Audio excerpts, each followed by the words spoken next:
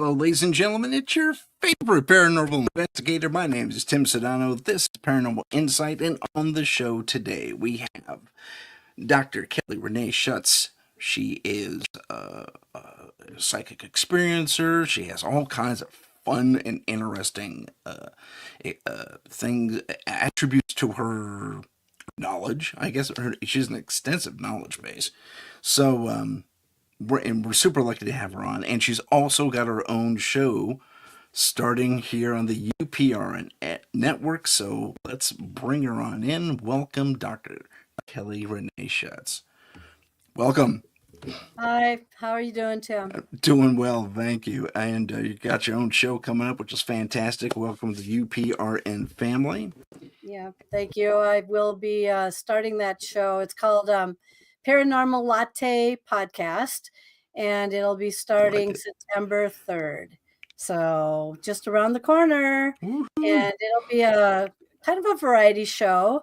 I am designing it in a way where I have sometimes it's me, sometimes it's a guest, sometimes it's just a little bit of paranormal topics and a lot of video that kind of accompanies that. So it should, for those that are watching, it should keep you moving throughout the hour. For those that are listening, hopefully I will design it in a way where you will be brought into the experience. So that's a short in a nutshell.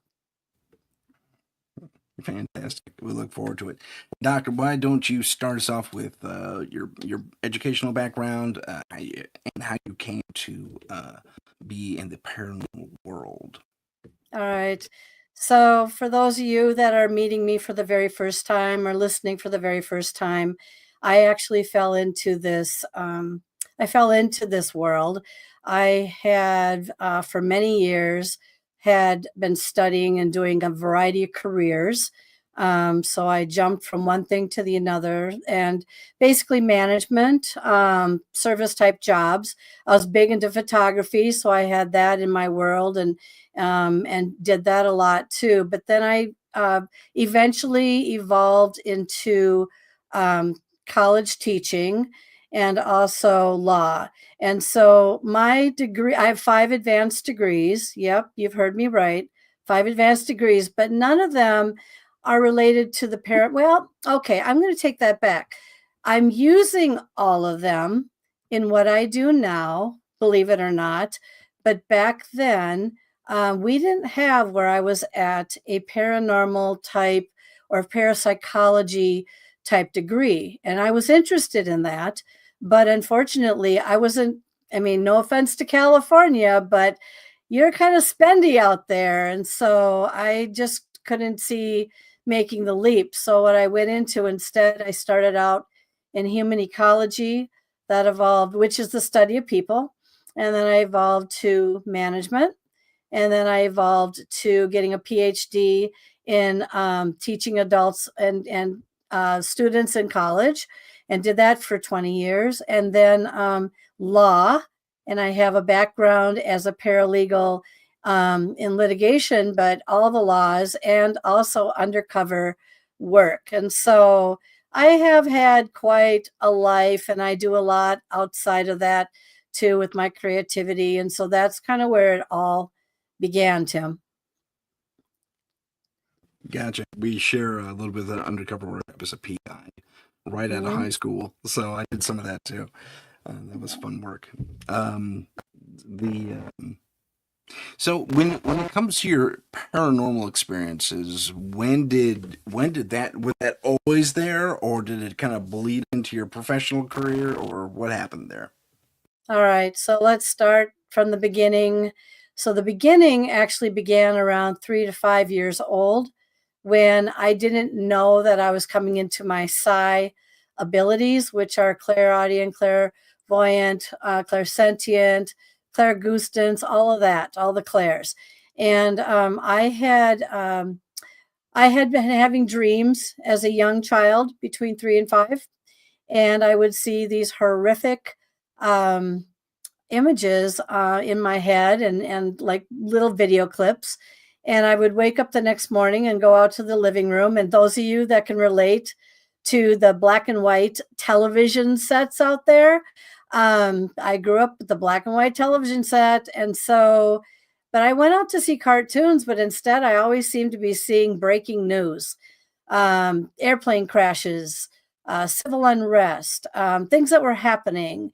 And because of that, I started noticing that those were the same types of things I was dreaming about in my dreams, and it would happen the next morning. So it's not like it would be a couple days. This stuff came in like breaking news immediately. So after a while, I started to believe that I was causing these incidents because I was dreaming them and then seeing them. And I know that sounds a little nutty, but that's what I believed as a child. But that started No. to evolve then, though. It evolved to me reaching about the age of 14. And keep in mind that back then, too, it was either angels or demons. You know, that's from a religious standpoint. That's all we ever learned. There was no gray in between. There's the afterlife and they're going to come and talk to you and all that. But that all evolved into all of this. And then at the age of 14, I started to predict behavior. And that's where, of course, my first degree kind of stuck with me. It's human ecology is the study of people's behavior. But if you think about all the degrees that I've had, it kind of all falls in line at some point. But I thought back then that everybody could understand and see what I could see. In other words, predict behavior of people. And they couldn't. It was just like so far beyond their reach. And I thought to myself, that's when I came up with, well, it must be my genetics then, because obviously I got better genetics than everybody else. I had no other explanation. I didn't even know where genetics came into this. So I that love that. That's started, awesome. yeah, that's the younger life. But the younger life also involved, guess what? Manifestation, manifesting wishes and hopes and dreams and everything like that. And I can honestly tell you, around the age of 15, 16, 17, when I started just wishing in my room and all that sort of thing, everything that I had hoped for did come true, but it came true at different periods of time. And one of them, by the way, was when I was on my father's childhood property, which, by the way, is a long story, but it was an older property. It was in the country, in the rural area, beautiful home, one of its kind, very Dutch colonial, kind of spooky. And that's when I started wishing on the property that I could see an apparition, a ghost, because all my classmates were bragging. Oh, I have a ghost in my house. Oh, I've seen one. And and I'm sitting here jealous going, what does one look like? So for most people, they think that it looks like a translucent um, form, or maybe something a little bit more real, but more see-through-ish. And when I was on that property, I started wishing on that property because it was kind of creepy vibe to it. That I could see a ghost. And then on that particular case, 20 years later, at that point, I photographed two in a screened window, which we can talk about later on. So then at that point, Sure. I became obsessed. And I became obsessed thinking, and there's a long story to this when I photographed those images, because they also came to me telepathically after I recognized in blowing up their picture on my laptop, because I saw something in a window and there was a tornado that went through the property. I was there photographing pictures. Something showed up in the window. It looked like a ball. I went to blow it up on my computer. It was not a ball. It was a little girl's head and an older man standing above her, looking right at me on the outside of the property. So anyway, then I became into my knowing of being telepathic, which means I could hear people talk to me. And their message was the genealogy was wrong. And because the genealogy was wrong, they were right. I had misidentified the little girl. And so from that point, then I thought I had a remarkable ability to be able to capture and hear ghostly activity. So I became obsessed with going to haunted, perceived haunted, but they were bed and breakfasts, because I figured that if I died on these properties, they would be out of business in a heartbeat. So I figured I was pretty safe there. And that's where it all technically began. But I had all these psi abilities up until that point, which I come to recognize. But that's where it exploded for me. And yeah, lots of properties, lots of experiences, and lots of books later. So Now, was this just you out there, or did you have a team you were working with, or what's the story on that no, front? just me. Um, there isn't Solo. anyone. No, back then there was no team. There was Okay. just the infatuation of knowing that something came to me, and it was my little secret that I held inside. I didn't even share I mean, with anybody, that I captured this and all that, because back then too, there was a heavy disbelief about this stuff. And so it was either the Big angel or stigma. the Yeah. devil. Yep, nope, just me Yeah. myself. So right now I'm called a citizen researcher, which is someone who studies the experiences of herself. Okay. That works. I can totally understand that undertaking, especially if you're dealing with stuff that happened in, like, not to date you or myself really, but the 70s and 80s and Mhm. 60s and whatever. Even anything before 1984 basically was Right. pretty much super stigmatized, and it was yeah, it was a bad time to say, yeah, I see ghosts, or something like that. There's a few exceptions, but I mean, not really. Um, as we move forward in time, then you continue to educate yourself, you continue to experience these things. Did you ever come to a realization at one point that you were, I guess the word is medium versus, say, a simple experiencer? I mean, would that classify you? Not that I'm trying to pigeonhole your abilities, I'm just trying to see where you think you might land. Well, I started also going to psychics in the 80s as well. And I was trying to figure myself out. And there was one psychic that told me a couple things. She said, first of all, I want you to know something. You're coming into your awakening. And of course, keep in mind, we're talking 1980s here. This is stuff that's not like it is today, where you can readily hear it or see it or whatever. I said, I don't Right. even know. I looked at her and I said, I don't even know what you're talking about. Awakening? What's an awakening? And she was trying to tell me that I had some psychic abilities that I wasn't recognizing, and that I should hone them. Okay. The other thing she said, though, keep in mind, is she said, I'm going to give you a warning right now. She did. She said, she was very, very serious about this. She said, you have an incredibly powerful mind. You be careful how you use that mind of yours, because it can cause some damage. Now, keep in mind, I'm looking at her going, I have no idea what you're talking about. And then Right. guess what? Some terrible things started happening that came with my wishes and stuff, and they were happening. And then I went back to her and I said, all right, you have my attention now. How do I turn it off? And she said, you can't. You just have to control it. Yeah. And so for the rest of my life, up until this point, I am, by the way, psychokinetic, telekinetic, which means movement of objects near and far. I am also, well, I'm telepathic. I have all the clairs.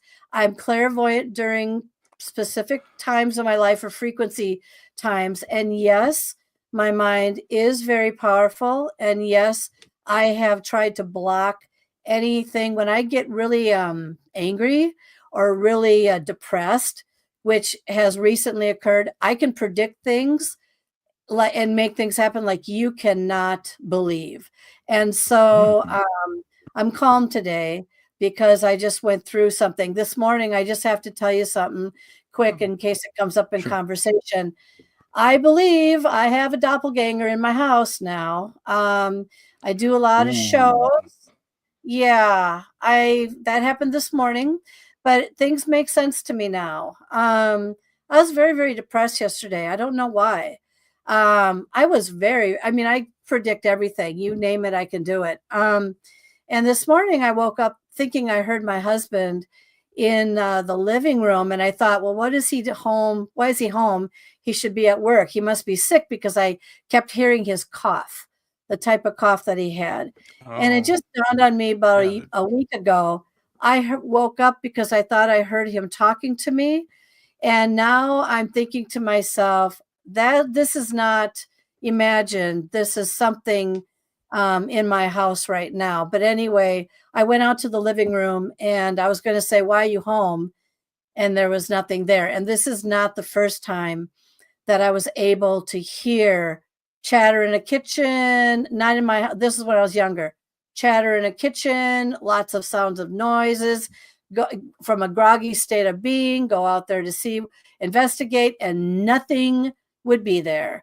So I am going to have to talk to him tonight when he gets home and address this. I don't know how we're going to approach this yet, but I'm alert to it now. So sorry about the little diversion there, Tim, but I thought you might want That's to okay. No, get that one in there.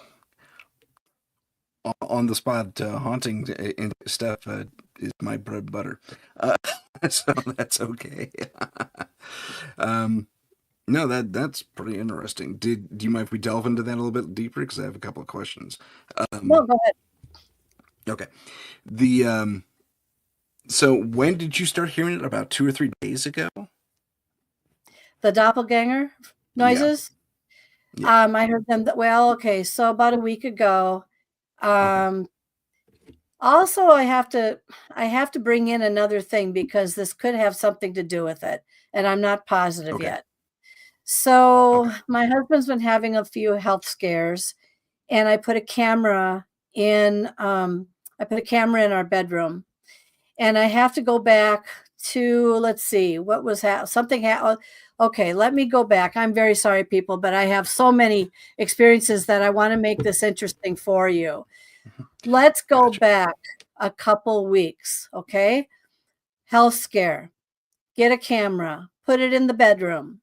And first thing that I noticed was, don't know what this was. Maybe you have had this experience, Tim. There was a buzzing that came to my ear. Sounded like a bee, kind of like that buzzing. Didn't last very long. Started doing this. There is no bees or bugs or anything in my house right now. There is nothing. Even if there's bugs, they're not going to create that buzzing sound, and it's not that kind of bug. So I started doing this, and the last time I had that buzzing sound was 20 years ago in a house that became incredibly haunted, and we left that house and moved up to Minnesota. Anyway, on my camera that night, I did capture a very, very prominent, large white orb that was definitely in that room. And this is going to sound crazy, but I've had a lot of miracle healings before. I've had things there. I've had so much, but anyway, the next morning I checked my blood glucose. My blood glucose has never, ever, ever been in normal range. I've been fighting to get it down into a healthy range, and it was absolutely in a normal state of being. And this happened directly the morning after. Now, the question that I have for Very that interesting. is, was that something out of a paranormal situation here? Because it went a couple days later, it went back up to where it normally is. I thought my thing wasn't working, but no, it was working. Because I've had miraculous healings, by the way. Or was that something more of a otherworldly kind of situation? And so I flip flop all the time between spiritual, and I separate them, paranormal, which is ghosts basically, and otherworldly, because I've had all three experiences. So I'm sorry I got off a little bit of track there, but I've had a lot of things happen to I asked the me, question. and Don't worry about it. yeah, and they're very interesting. So, No, it's very interesting. Yeah, no, like I said, I asked the questions. Don't worry, don't worry about going off track. I mean, I guided us there. Uh, so okay, so you heard this. I've heard of the buzz before. I've experienced it before in at various locations during investigations, and I've also experienced it oddly at churches, hmm, exclusively outside of a hmm, haunted location. Churches. I hmm, don't know why. hmm. But if someone else out there does know, hop on the chat and tell me what I'm experiencing because that's a new one on me. Yeah, that But buzzing. Did you have yeah, yeah, it was like that's a interesting. mosquito almost, Yes, but had yes, more of a bee quality to it. yes, Yeah, yes, yes. That's the buzzing. Yes. But I yeah. also had that in, I've been in 5 houses now, haunted 4 of them, or they were haunted or brought everything in. I had that only one other time in my house 20 years ago where I was in the living room, and it was just tremendous, though. This one was a lot stronger, but it was, like, right in my ear, same thing, but I felt very dizzy. This one, well, I was already laying in bed. I was kinda half groggy, so I really don't know what my state of mind was, but I started to attribute this one more towards otherworldly, and the other one more towards paranormal. So what are your thoughts about that? I am curious. Given my experience has only heard this in a, as you called it, a paranormal setting, I would assume it's something along those lines, just because all our combined evidence seems to line up in that zone. So yeah, first blush, paranormal, as you define it. The I have a broader spectrum of paranormal, so I'm gonna use your definition. But yeah, yeah, it sounds like something along those lines. It could be that it could include spiritual, more of a, as you said earlier, when it was you had two factors, angels or demons. It could be something along those lines as well, especially if you experienced miracle healings in the past. Did the health scare or the health factor of your husband change for the better after this experience? Um, well, I think they were coming at me more than him. So that's what I'm right now. We're still working on him, but they are more interested in me because I'm a beacon, and I know that, and I'm like a That's lighthouse my next that's question. on 24/7. With the gift shop, by the way, closed most of the day. But the thing is, it's I don't have to work very hard at finding anything. It comes to me. And I've had some awfully terrifying experiences that I don't think they were meant to hurt me or traumatize me to the point or the level that they've done or did. And I've had some mild experiences, and I've had some, oh, here we are experiences. And I've had everything. You name it, I have had everything. Technically, I've just I've been through 100 plus different experiences in my life. I can pretty much speak to being levitated, kicked up in the air, thrown, scratched, choked, put into trances, channeled tremendously, shutting things down, affecting electronics, influencing anything that might be of an electrical nature, moving objects, moving them from afar, getting a haunted object in Brussels recently where something attached to me, I believe, whether it was good or bad, and saved me and or my husband from a vehicle that had no driver.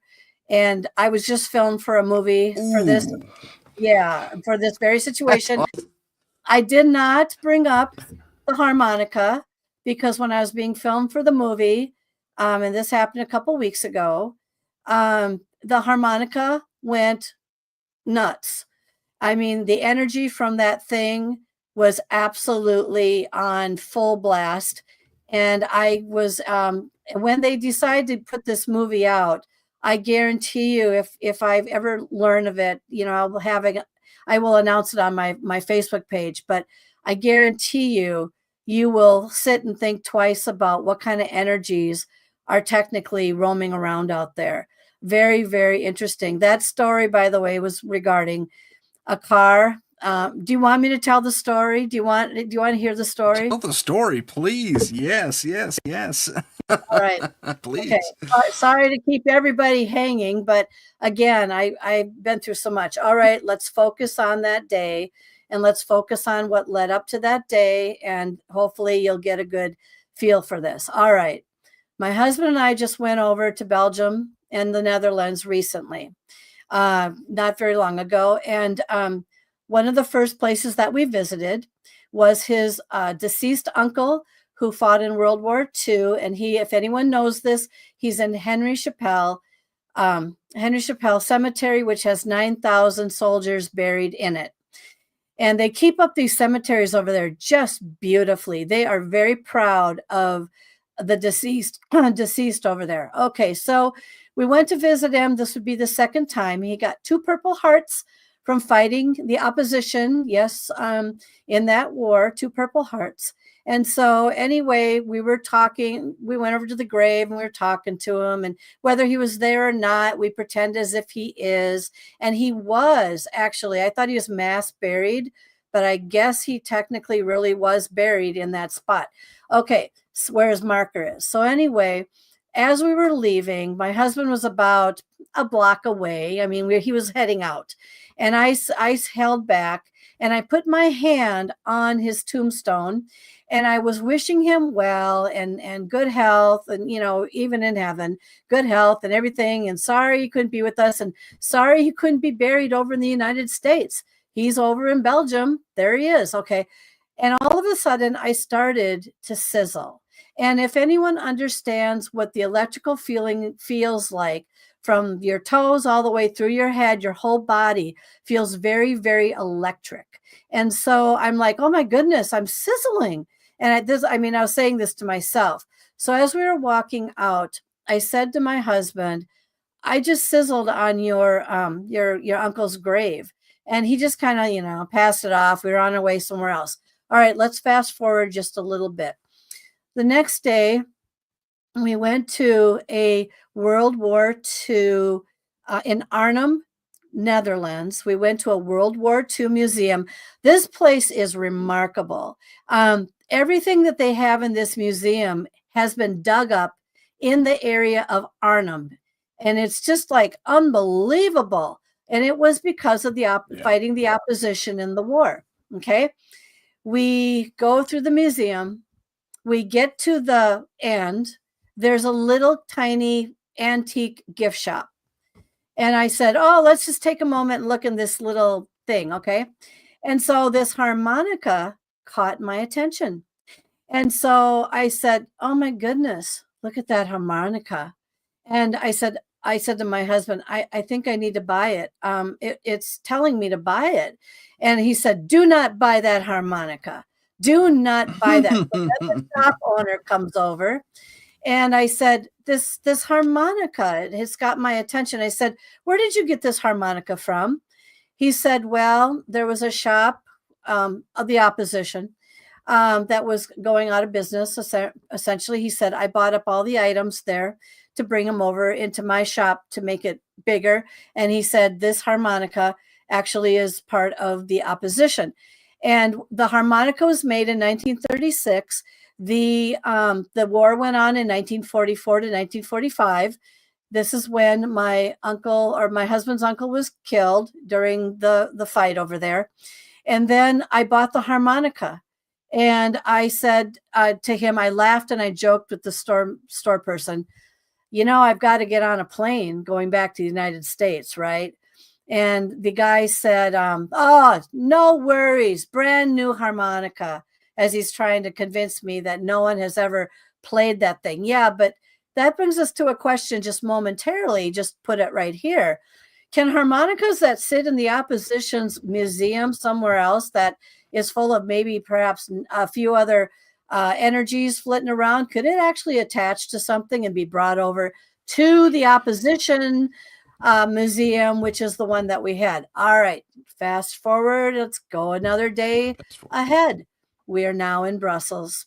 And so we are walking down an alleyway, and I'm looking to my left, and there is a very fancy hotel, very crowded. Anyone who's ever been in Europe knows how crowded these alleyways and these streets are. These buildings are big, and they take up everything. Okay.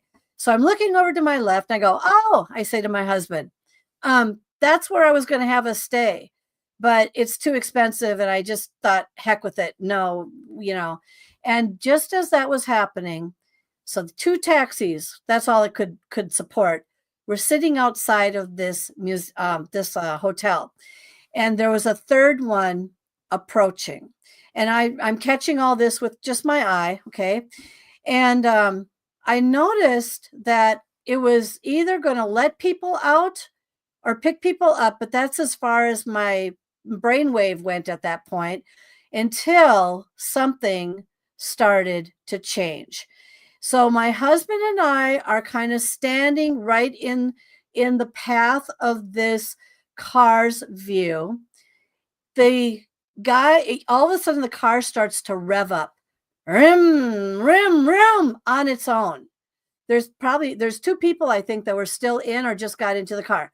It's revving. And so it caught my attention again. So I looked over, Yeah. and I said, oh my God, the car's revving. There's nobody in there. And the guy who was supposed to be the driver, he was trying to get into the car. He was holding onto the door, and the car started to move on its own. And so what it did was it went rum, rum, starts to move. The guy is being dragged a little bit. There's two taxis sitting in front of it. It hits, just, bounces into the one taxi. Then, like it had a mind of its own, goes around the taxi. Now the guy is still holding onto the door. He's being dragged. He can't get into the car. And it's starting to rev up to the point of, like, I would say the equivalent of 80 miles per hour. I turn and I look. He starts shouting, oh, I can't stop it. I can't. And I looked, and I was just like, oh my God. And it was like someone pushed me, and I pushed my husband. We were the only ones. It was like he was looking right at me. And that's not the first time something with an energy has looked right at me, by the way. And then it shot off like a rocket, and he was being dragged, and I pushed my husband out of the way. We went and took kind of like cover a little bit by the side of the building on the sidewalk. And I screamed at him, don't look, it's going to explode. And then it went pop, pop, pop, pop. And that's because it smashed into the building. It missed us, obviously, missed me, and then it smashed into the building. Now, can you imagine for a moment? There was incredible damage to this historical building. There's the dent is prominent. The car, the taxi, or the driver, by the way, he had just gotten into the car when it smashed into the building. The trauma, the injury, the two people got out. They're all shaken. The taxi car that it hit. I mean, there's just so many elements involved here. But the one thing that I'll never forget is the look on his face when he realized that the car was going to take off, drag him, and he couldn't stop it immediately. It was the weirdest thing. Now, there's only one other case that I know of that a personless car took off on its own like that and accelerated. That was a Lorraine Warren case, for anyone that is curious. Supposedly, she had a car without a driver come right at her. The questions that an investigator would ask, though, would be, was it the type of car that had a malfunction? Like there are some cars that you hear of that with someone in it will all of a sudden accelerate, take off, and smash into something because they can't control the car. I've heard of at least 2 or 3 cases like that, but with a person in them. This one, there was no person. The car took on a human persona of its own, was aiming right at me, and I don't know who saved me. I don't know if it was the uncle. I don't know if it was the opposition. I don't know if it was coming after. I don't know. But remember, I sizzled, and all of a sudden I've got this energy that might be on me. And remember, Yeah. we don't know where these things come from. So anyway, that's going to be, that's what I was filmed for the movie for.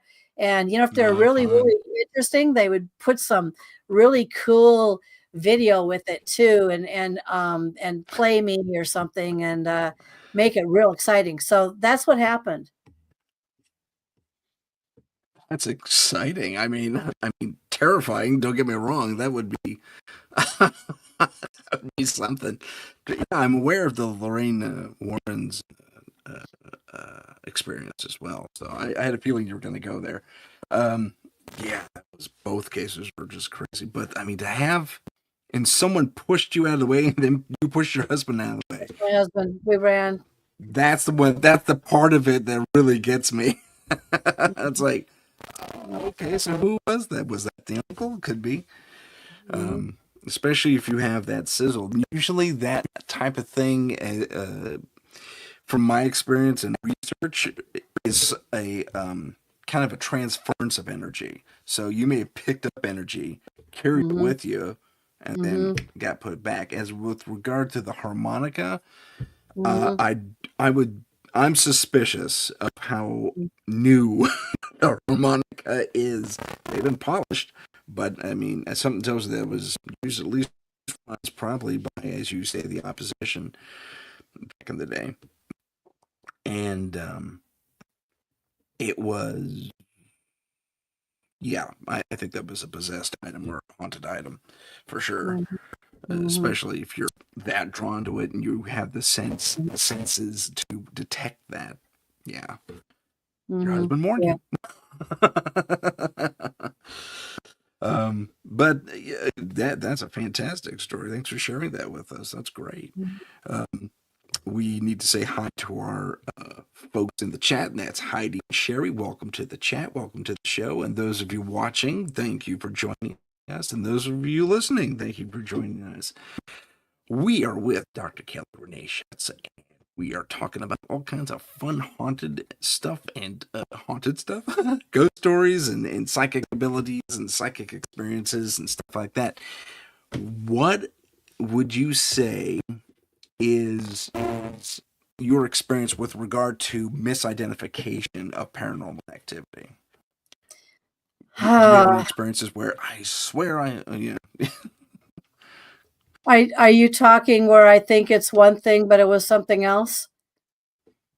there's that, or there's, for me, I've had at least 50 clients, at least, come to me and say, I know there's something in my walls. I'm being haunted. I hear it every night, and it's rats or a rattly pipe or something really mundane and explainable that they just didn't have they were too terrified by their own experiences really go and investigate. And, I went up. Thank God I wasn't charging them.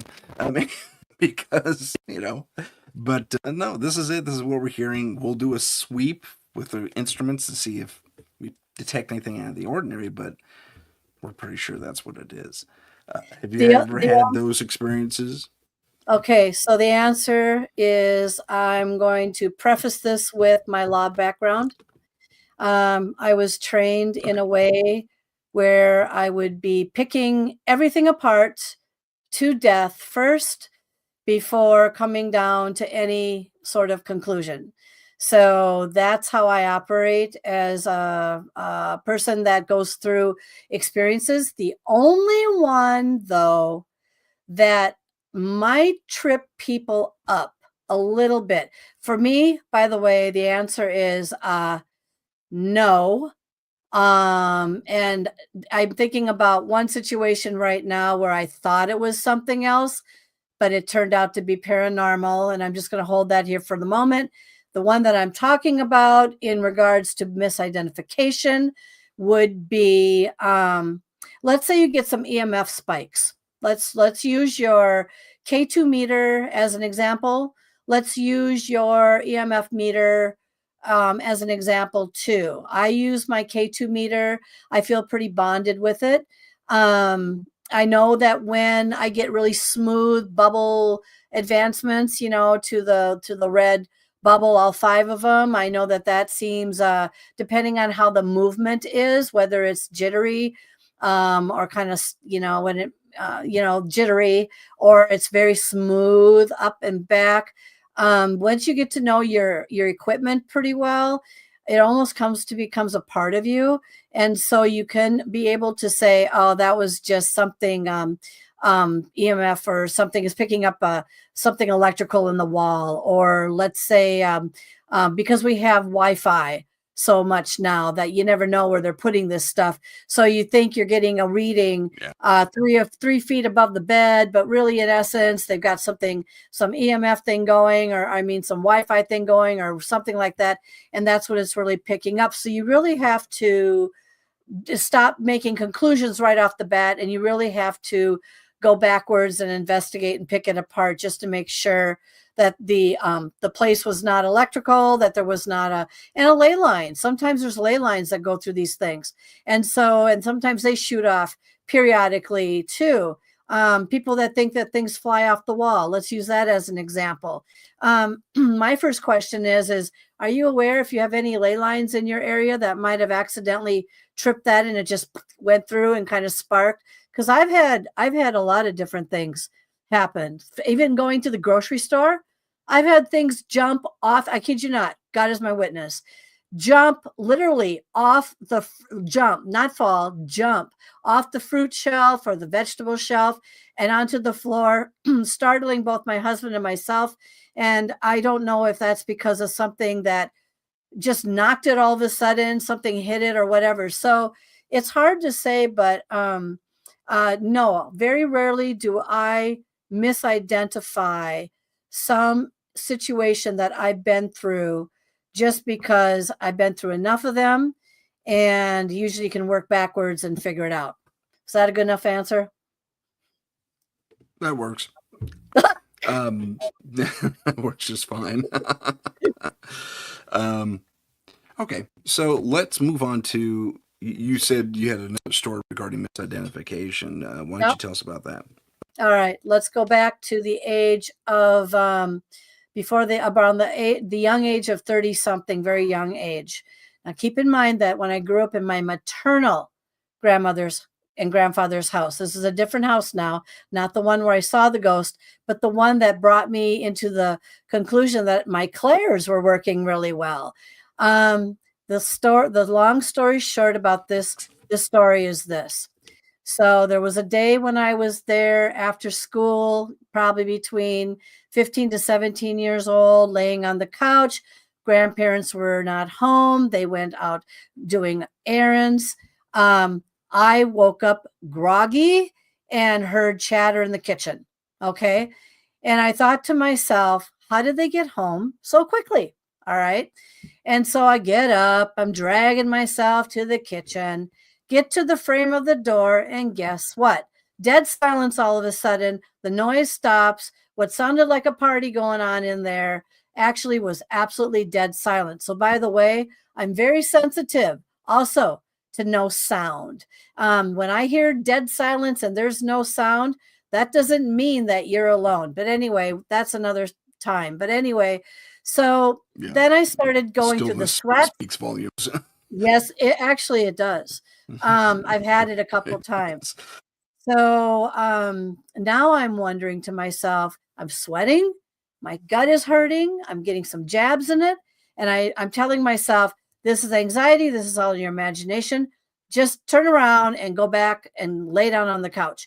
Nope, I decided to go out to the porch instead because I was too freaked out.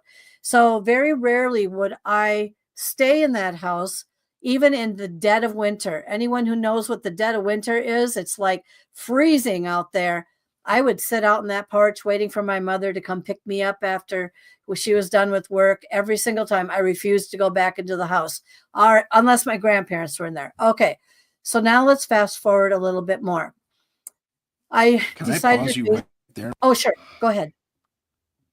Okay. When you heard the voices, did it sound like your grandparents? Just out of curiosity? No, it sounded like a bunch of people chattering. Okay, strangers having a party. Yep, Gotcha. strangers having a party. Okay, Yep, but I'm done interrupting you. No. That's a good question. Because it's like this. How did the chatter sound? Like a bunch of people. Okay. So now I'm in my young 30s, and I decide I am just imagining all this stuff. I'm going to face my fear. I'm going to go back into that because now one of them was deceased, the other one was in the nursing home. I was going to go back into that house. I was going to brave it out, and I was going to face my fear. So I went in there, and of course, you have to, if you've seen the images that I've posted periodically, you go up a stairs. There's a curtain up there. It's pulled across the stairs. So in order to continue to get up to the next level, you got to pull the curtain back. And if that's not the creepiest thing, that starts everything out, right? Who's behind the curtain? All right. So I go in there, and I know. I was waiting for something to like push me back. And so I go in there, brave little girl I am. I'm going to face my fear. All right, comes to the curtain time. I said, are you ready? Now pull it back. And it was just a thick curtain. All right, because it gets cold up there. They didn't want the draft coming down. All right, so I did whoosh and nothing. I said, I'm cool. I'm cool. I said, nothing here. See, nothing's here. Keep going. Yeah, keep going. Right. Thank God I had the curtain open. All right, so I get up to the upper level. I go into what is called the pink room. And the pink room is where I actually saw shadow feet underneath the door when I was around 9, 10 years old, staying overnight, but thought it was my grandparents, but no one answered me when I said something. So I think back to the shadow feet for a moment, and then I go and sit into the pink room on the bed. I'm looking at a box of stuff, just looking. Now, keep in mind, I smelled nothing. Everything seemed normal. I'm sitting on the bed. And then all of a sudden, here we go. The first thing that happened to me is I started feeling a little dizzy. Then all of a sudden, I started feeling a little sick. Then all of a sudden, I started smelling what I thought was a dead mouse in the room because no one had been up there for a while. You know, these old houses with mice. So I started looking around, no dead mouse anywhere. Thought it might have been in the wall, but I never smelled it when I walked in there. But it was very, very strong. All right, but I'm not done yet. Looked over at the curtain, looked down at the bottom of the curtain. There was some burnt singes, like a fire had started on the curtain, but something had patted it out. And that was the remnants of a fire that had started on the bottom of the curtain. All right. And so now I'm looking at getting all that. Yeah. And now the jabs are coming. Jab, jab, jab, right in my stomach. And I said, this is not my imagination. This is what I said. I was in there less than 15 minutes. And I said, the smell was overwhelming. It was overwhelming. I didn't smell it when I went in the whole 10 yards. So I got up and I said, there is something in this house. That's what I said to myself, or it's a gas leak. All right. I thought maybe it was a gas leak. All right. So then I tore off. I must have jumped down 5 steps at a time. I flew over those steps, ran out of the door. I bet if people were out there at the time, thought I was crazy. But I need to preface now. Now I need to go back. I did some research. First thing I did is I asked my mother, I think there's a gas leak in the house. You need to go over there and you need to make sure that that isn't, because something was really overbearing to me. Okay, they had it checked out. There was nothing. Secondly, I did some research on the house.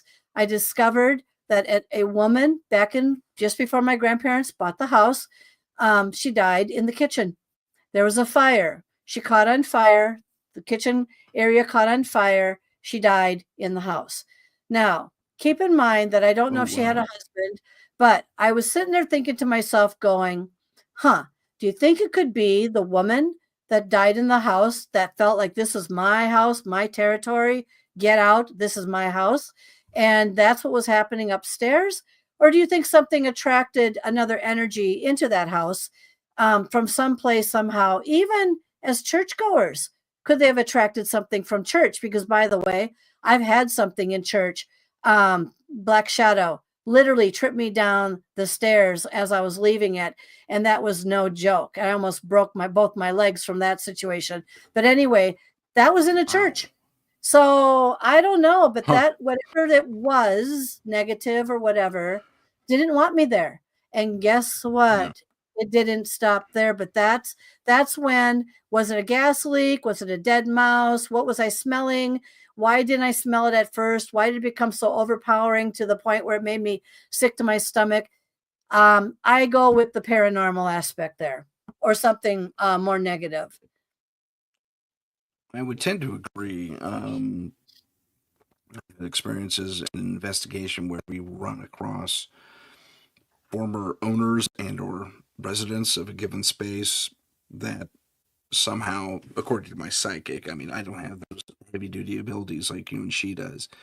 Um, but there's they say, it's mine. It's like, yeah, not anymore. We have to. It's strange. Sometimes you really have to enforce the fact, like, you are dead. P.S. Go somewhere else. You don't belong here anymore. What, if any, unfinished business is there? There's that other aspect of residual, the hauntings, not residuals, I'm sorry, but active hauntings that go on. There could be some unfinished business, like, and sometimes it's really mundane, like she didn't clean up her room. That happened once, not to me, to associates of mine, but it's like she never cleaned up her room. Mhm. So that was the thing. We had to have, or they had to have the daughter, and she was a grown woman, mother, and everything, like in her 40s, come back and tidy up the room, like symbolically, Yeah. and everything lifted. That heaviness of a haunting gone. It was the strangest thing in the world. I mean, this apparition's forcefulness on that particular thing had to happen. It had to be resolved. And then she left. Okay, done. I'm fine. That's it. She cleaned her room. The end. So, Mhm. who knows? But I mean, if the former resident who burned and died in that fire, Mhm. maybe there was a betrayal there. We don't Mhm. know. I don't know. Maybe she was a drunk and thought she'd cooked something, left the stove on. Who knows? I mean, that's just a guess on my part, and probably not the most friendly thing I could have said. But you get my point. Mhm. The, the yeah, I tend to agree with you. It seems paranormal. It seems the or I'm sorry, I should say paranormal is you define it, because my definition of paranormal is different. But so ghostly kind of remain a soul or spirit that got left behind or stayed behind on purpose or wasn't aware they were dead, Mhm. that type of thing. So I think that is what you were dealing with to one degree or another. It'd be Mhm. interesting to see if there was a way to resolve it, though. Mhm. Well, we resolved it by selling the house, but and then the next owner Someone else's attempted. problem.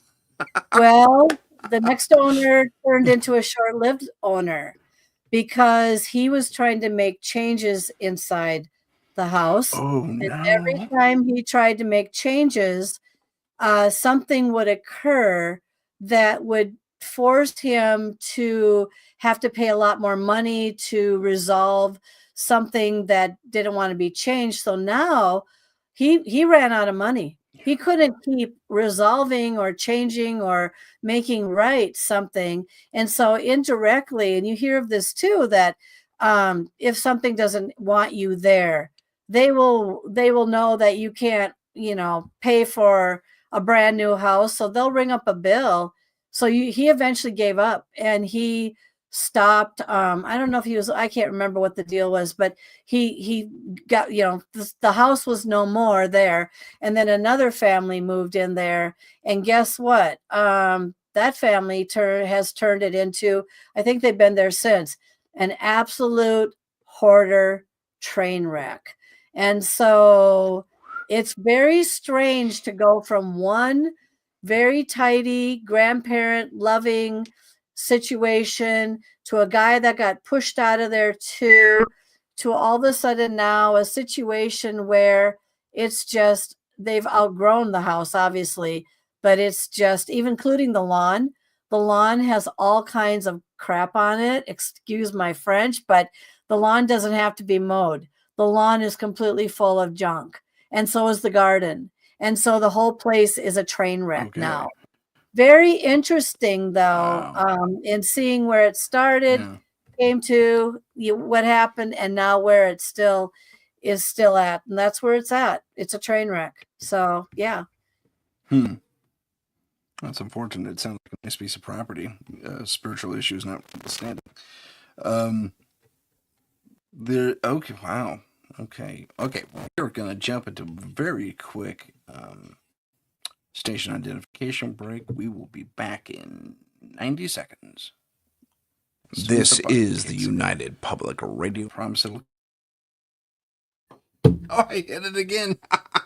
Here we go. Try that this again. This is the United Public Radio Network, 107.7 FM in New Orleans and 105.3 in the Gulf Coast. UPRN talkradio.com. Esoteric programming at its finest.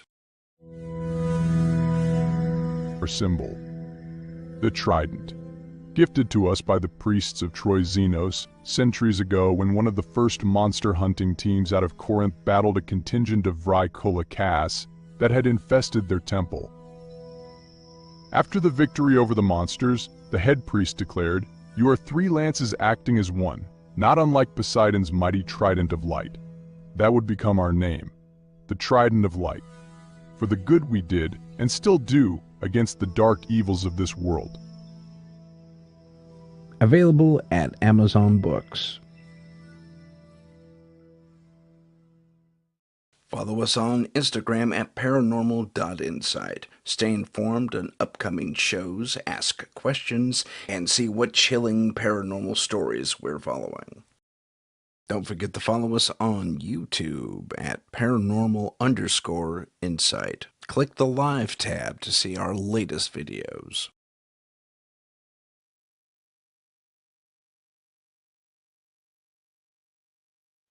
Talking with Dr. Kelly Renee Schutz, and I'm muted, aren't I? Can you hear me okay? Yep, you're okay. You're a minute ago. Okay. Anyway, welcome back, everyone. We're here with Dr. Kelly Renee Schutz, and we're going to keep on trucking here. So, you have all these fascinating experiences with haunted locations or perceived haunted locations. And have you ever had anything else in the wider supernatural spectrum of cryptids, UFOs, aliens, anything like that? Yeah, I think so. I had a handprint show up on my body that wasn't mine, and I went to 5 psychics to try to figure out what was going on there. And they all had a different perspective of what they thought that where that handprint came from. And my answer finally came to us. So would you like to hear about the handprint story? Tell me the handprint story. All right. So I am a workaholic. Everyone knows I'm a workaholic. And so I went to bed around about 2 a.m. one night. And it was no sooner. Now, keep in mind, this was in one of the first houses that really became very haunted, and to the point where we had to sell that one too, because everything was going on in there like a circus show. But anyway, I had a psychic over, a MUFON UFO psychic person who actually brought to my attention first that I had an experience in Las Vegas, but I'll tell that story after this one. She pointed out to me in the house, there's 2 places that were portals. She believed were portals. She said things are coming and going from this thing. And one of the portals was above my head where I slept. Okay. And so anyway, I went to bed, and no sooner, very quickly, within 15 minutes. And, you know, it's hard when you get older, it's hard to fall asleep right away. So I started smelling a very obnoxious, horrible, wretched smell. And I thought, you know, and I'm sorry, people, but I blamed it on my husband's shampoo.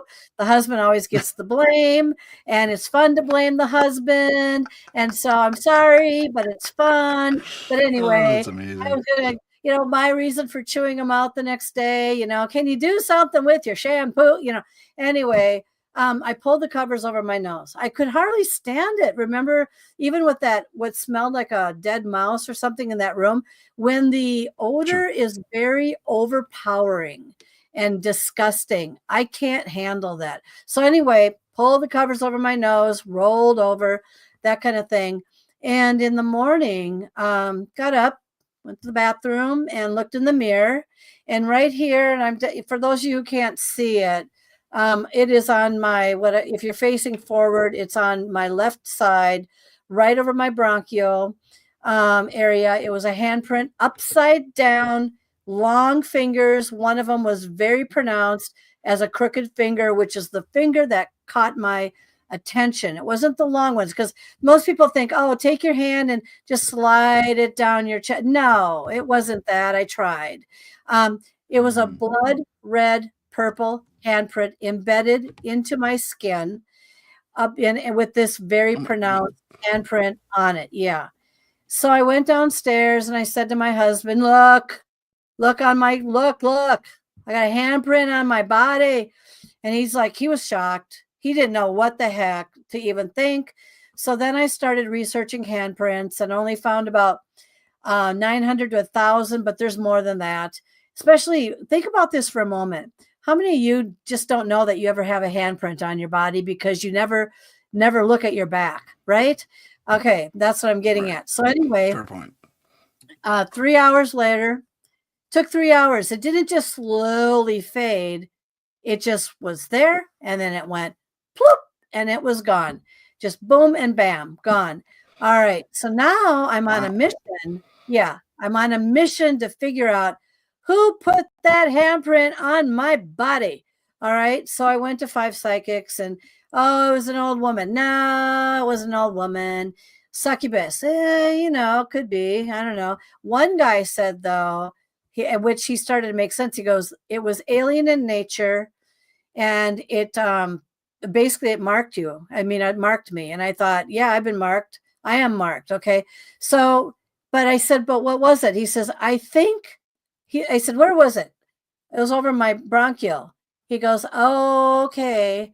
It was there to heal you, but I got to put that on the shelf for a moment. For many months afterwards, I had asked the universe, please tell me who put this handprint on my body. I need to know. And so in my dream, I had a dream, and never saw this on TV before, never saw it after. And in my dream, and as vivid as I'm telling it right now, looked like a young lady, 28-ish. She looked like she was wearing pants and a top. She was walking away from me. She looked like my husband's cousin's daughter. I thought, that's interesting. This is going on in my dream. That looks like my husband's cousin's daughter. And she my dream? Oh. But then all of a sudden, it slowly turned around. So now it's doing this. And believe you and me, what I saw came to me as the answer. So what I saw was a being with a black COVID mask over its face, very large mantis and or gray eyes, hair parted down the middle, slicked back and kind of pulled back, which is kind of a deceptive kind of look. And as soon as I recognized that wasn't anything human or anything of nature like that, because I woke up in a sweat. My heart was beating out of my chest. I started screaming out, don't ever do that to me again. You just scared the living daylights out of me. And that's when I went to the man psychic who said, let's break this down. He said, so I had COVID for 8 months. I nearly died twice. I passed out once. Oh, wow. It took a long time. I had to go to lung therapy. It was so bad. COVID pneumonia was right where my hand is. For those that are watching, for those that aren't, it's over my bronchial on my left-hand side. This is where the handprint showed up. COVID mask. He says, COVID mask? I said, yes. He says, COVID, right? Yes. Nearly died, right? Yes. Clogged, right? Yes. Doctors told you it's going to take a long time and you're going to have to work at getting that COVID pneumonia out of that bronchial. It's not going to come out itself. Yes. And then all of a sudden things started to make sense. He said, Kelly, That was either a mantis healer or could have been a gray being as well because of the eyes. And he said, they were there to heal you. And guess what? It's not there anymore. I'm completely healed. My bronchial is clear. Wow. And so That's crazy. That's insane. That's yeah, awesome. it is crazy. I know. I've had miracle healings, by the way. That's not the only one, where it could have been confused between paranormal or otherworldly. That happened at a hotel in Las Vegas. And so if you want it, I don't know how much time we have, but I can We have an hour, just under an hour. All right. Then Under, are you game for that story? let's hear it. Okay. All right, here we go. So let's talk a little bit about miraculous healings. Let's talk about things that just seem impossible, but are possible. All right. So in Las Vegas a few years ago, I went to a conference, and I usually write my books in Las Vegas. Okay. And so I'm going to start this out with the conference, and then I'm going to lead into the story of what happened to me in the hotel room. And so at this conference, they had all kinds of subjects: paranormal, otherworldly, UFOs, everything, energy, you name it. I did stand up at one point because I noticed that my abilities were incredibly strong in this room of 200 people like me. And I was predicting things, I was winning things, I was this thing, I was that thing. So something about me connecting with certain energies lights me up too. Okay. I stood up and I said to this guy, I was so sick of having experiences. I couldn't figure out where they're coming from. And this was well before the handprint situation. And I said, I need to know right now, am I doing this to myself, or am I creating it? Or do I actually have stuff trying to find me and bug me all the time? And I gave him some examples, such as my being able to open up elevator doors without touching the button several times. I seem to have an effect on winning casino jackpots, lots of jackpots, IRS jackpots, and just knowing where the winning machine was without even knowing it. All these things were happening. And I said, I need to know, am I being directed? Am I doing it myself? What's going on here? He goes, you know what? I have heard of so many people come into my office and say to me the exact same stories that you are telling me right now. He goes, how do you not know? You have not been abducted, mind erased, your memory erased, and basically in a nutshell, now you've got these abilities and you don't know what to do with them. And I just stood there like an idiot. I just thought, oh my God. And I just thought, oh, thank you. And I just sat down. All right, now let's go to the situation that happened in the hotel room. So now I'm a believer in UFOs. I never was. Now I am. Okay. All right. So now let's go to the hotel room. So I'm not going to tell you the hotel name because it's out there, but for the most part, it was on a high level floor, luxury hotel, free rooms. That's because, they're all the time writing my book. So once in a while they want me back because they love me. Yeah. Anyway, they love my money more than anything. But anyhow, I'm up there staring out the window, and I'm like, gee, I wonder if I'm going to see a UFO tonight. I'd just like to have one fly past this room right now. I'd love to see one. So what was I looking for? I thought I was looking for something physical, or maybe one of those lightning balls that go from one end, zip past and to another. I was looking for one of the two things. And I'm looking out there and going, nah, too much light pollution. Even up here, too much light. Okay, I'm going to go to bed now. So anyway, I turned around, and again, not embellished, people. This is, within 5-10 minutes or so or whatever, the lights in my room start to flicker. Flicker, flicker, flicker, flicker. Now I'm in a room where I can control everything by one gadget. I can control the curtains. I can control this. I can control that. And now all of a sudden, I know some of you are going, I know exactly where you are. And yes, that's exactly where I was. All right. So now everything's flickering, and and then it goes completely dark. So I can't get the lights on. Everything is malfunctioning. And so an investigator would say, let's get an electrician in here. Let's see if there's a malfunction with something in here, blah, blah, blah. Nope. That wasn't the problem. It was something was in my room. So I thought, is there a paranormal being in this room? That's what I thought first of all. And then I turned around, I sat on the bed in the dark, couldn't get the lights on. And then guess what happened? So I'm sitting here going, stay calm, stay calm. I'm by myself, stay calm. I don't like this feeling, stay calm. And then behind my head, I heard tap, tap. And the tap, tap on the wall behind it was my bathroom. So there was nobody in the bathroom. This was not radiating from some other place. It was literally behind my head, tap, tap. And as soon as tap, tap occurred, I blacked out and I didn't wake up until the morning. Now, remember, I have a hard time going to sleep. So to go boom, boom, good night, good night. And I did went good night. All right. Next morning, I wake up and I felt really weird. And I felt like, you know how people go for their oil changes and they're like, yeah, we're going to give you some fresh oil here. Well, I felt like I had fresh blood. I felt revived. I felt, wow, I've never felt this way before in my life. I feel very clean. I feel this. I feel very that. All right. Long story short, 2 months later, and then everything was working again. So although there was nothing wrong with anything, it was just like worked as normal. All right. So 2 months later, I was diagnosed with cancer. And most people would assume that it was because of whatever happened in that room that night, if it was an otherworldly type of being presence in there, rather than something more paranormal, because Vegas is just riddled with paranormal activity. All right. And so the answer, it's very true. It is. It's very, it's on all 24/7. It's on. And that's why I assumed it was that. But then when I felt really strange, so remember I was telling you about the psychic that came over who said I had 2 portals in my house? This is the same psychic.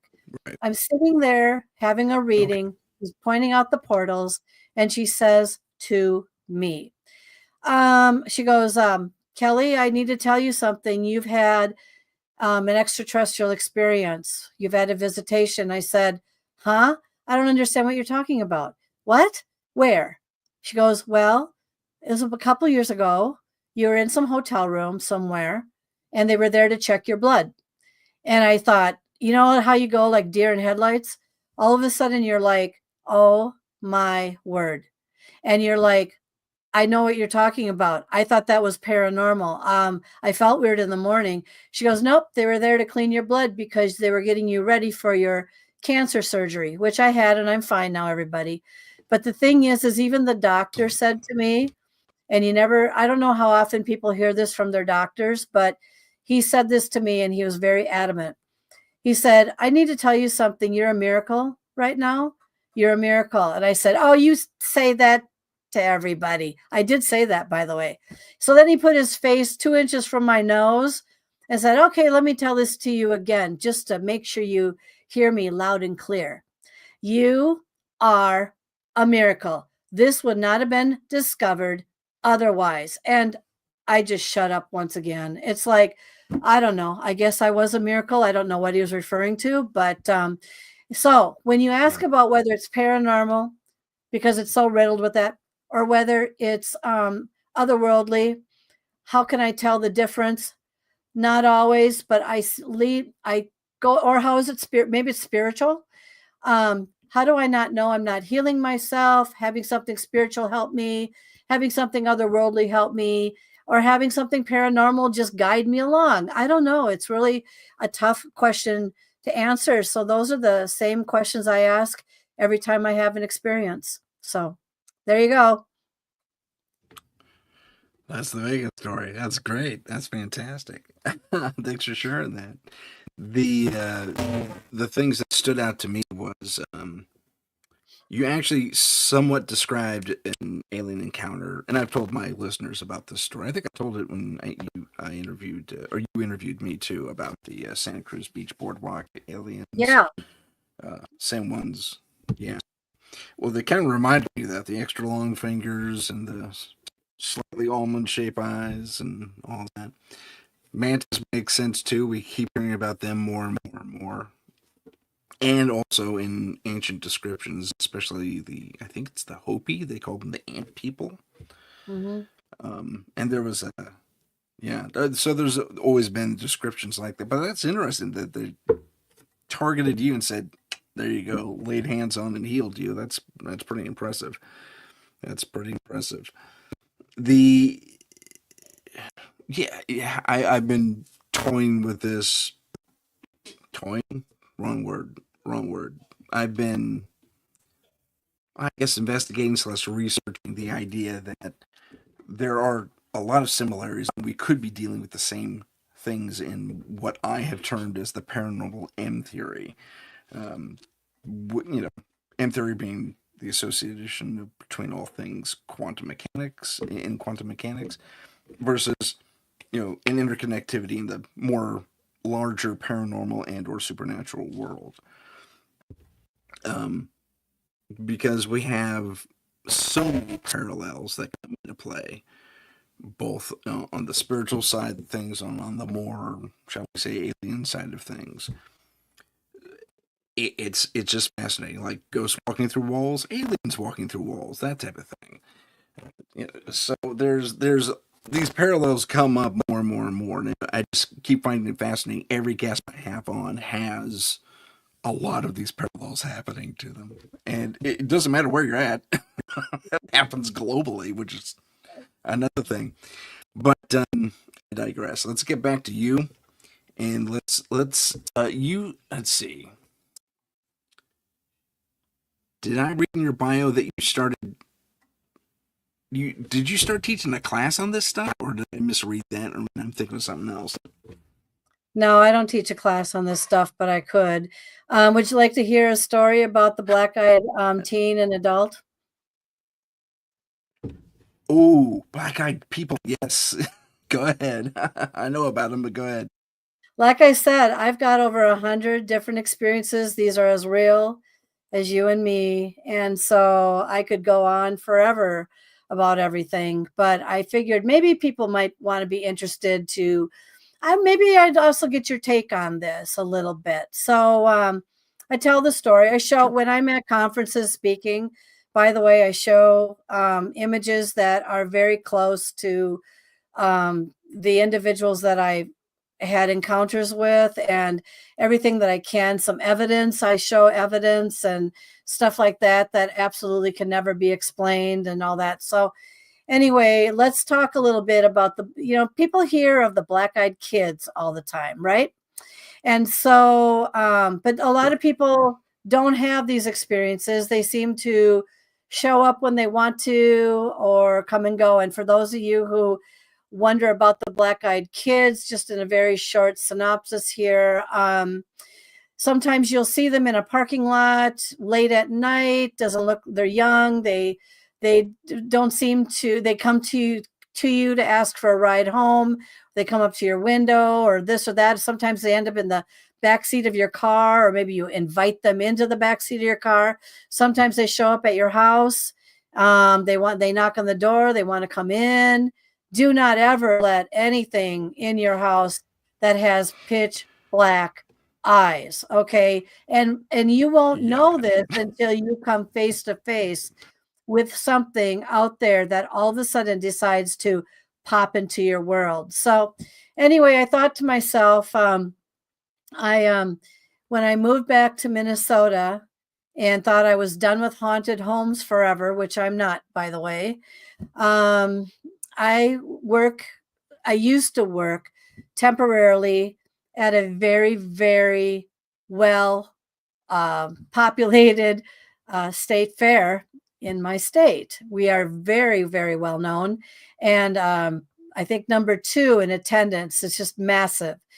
Well, if you put together all the people that come onto a piece of land, and you have so many people, they become almost a human battery. And amongst all these people with all this energy and all this other energy revving up, all kinds of things can happen. But I worked the grave shift in a building, in a horse barn, for the last umpteen years, but I'm not there anymore because I wanted to give myself a rest. But anyway, in a horse barn watching over $1 million horses. That's how it works. Someone's got to do the job. So I said, I'm a night owl. I'll do the job. Yeah, boy, I'll tell you, the night shift on a property that is lit up during the day and quiet at night, and things just kind of have a mind of their own and come alive. It just, and I'm a beacon. I'm a beacon, everybody. So here they come. One day I was in the office because I was kind of like an office manager, and overnight. And there was a coworker of mine that was trying to tell me what had just happened to her. She was very distraught. She was incredibly out of her wits. And I said, and everyone knew I was a paranormal girl. Okay. And so I said, what's going on? What happened? So she describes the story. We give out keys to the competitors so they can take showers, so they can be in the building and they get ready the next day to show their horses. And so she said, well, I was just in here, and a competitor came to me and said, I was going to take a shower, but there's a young boy in my shower room. So she comes back and she says, no, there shouldn't be anybody in there. The door's locked. It hasn't been used at all today yet. You're the first one. So she goes back to the shower room, and somehow this kid that managed to hold his energy comes out. He's got brown hair over his eyes, over his ears, he could have used a haircut, but he was kind of shaggy, but it was over his eyes. And so they bring him out of the shower room and they start to, I don't want to use the word interrogate, but that's kind of what it was. How did you get into this shower room? The door was locked. We need to know if there's an extra key out there so we can rechange the key and, for the safety of everybody. And he wouldn't talk. He just stood there against the beam with his head down, his hair over his eyes, and just absolutely emotionless. Okay, so now they're still asking him questions, but he's not talking. He's just standing there. Then an exhibitor or a competitor was bringing their horse in that direction to go out to walk the horse. Well, what happened was the horse takes one look at this kid standing against this beam with his head down and won't talk. He's like there, like just emotionless, and they're kind of figuring out what's going on. The horse freaks out and starts to back up because it doesn't want to go any further than this kid. It just absolutely was terrified. The handler is trying to get a hold of the horse, and then all of a sudden, this is where things changed. So they were distracted momentarily. My coworker looks back at this kid. The kid raises up his head. His eyes go wide open. They are black. And then he starts to grin, and all of his teeth were literally razor point sharp, like in sharp, V's, nail like type a shark thing. mouth or a piranha? Yeah, like shark teeth. Yes, very sharp, very scary, very unusual, and it was his grin. Yeah, that's like, typical for black-eyed children. Yeah, he grins up. He gives her that look. The horse is still freaking out. She momentarily looks back, and the kid is gone. I mean, he disappears. So they quickly rush out to the door because it wasn't that far away. Look left, look right. No kid anywhere to be found. He just disappeared. She's distraught. She's out of her mind. And she's thinking, what just happened to me? And I'm trying to calm her down. But let's talk about the experience I had now. It was like a year or two after that incident that I had undercover deputies in there sleeping in an alleyway because they're 24/7 overnight. One gets up, he comes to the office, and he says to me, "You've got an intruder in this building." And keep in mind that usually I have to go pretty much in the dark and make sure that all the horses are okay, because some of them get sick and all that. And you have to alert the veterinarian. And I said, what do you mean we have an Gotcha. intruder in this building? He goes, this is very strange. I don't even know how to explain it. He goes, I'm sitting there in my chair. I'm taking a nap just because, nap time. And he goes, he wakes up and there's this kid, probably around the age of 24 to 26, standing right in front of him, like directly. He gets startled. He kind of goes into the startled motion. The kid all of a sudden starts asking him questions that just are absolutely strange. Like just as this is an example, why is their color blue, or this and that? He was just asking just questions that made absolutely no sense. Like he was visiting our earth for the very first time. And it was raining cats and dogs out. So he was bone dry. And so the guy gets up and he goes, excuse me for a moment, lets the kid stand there.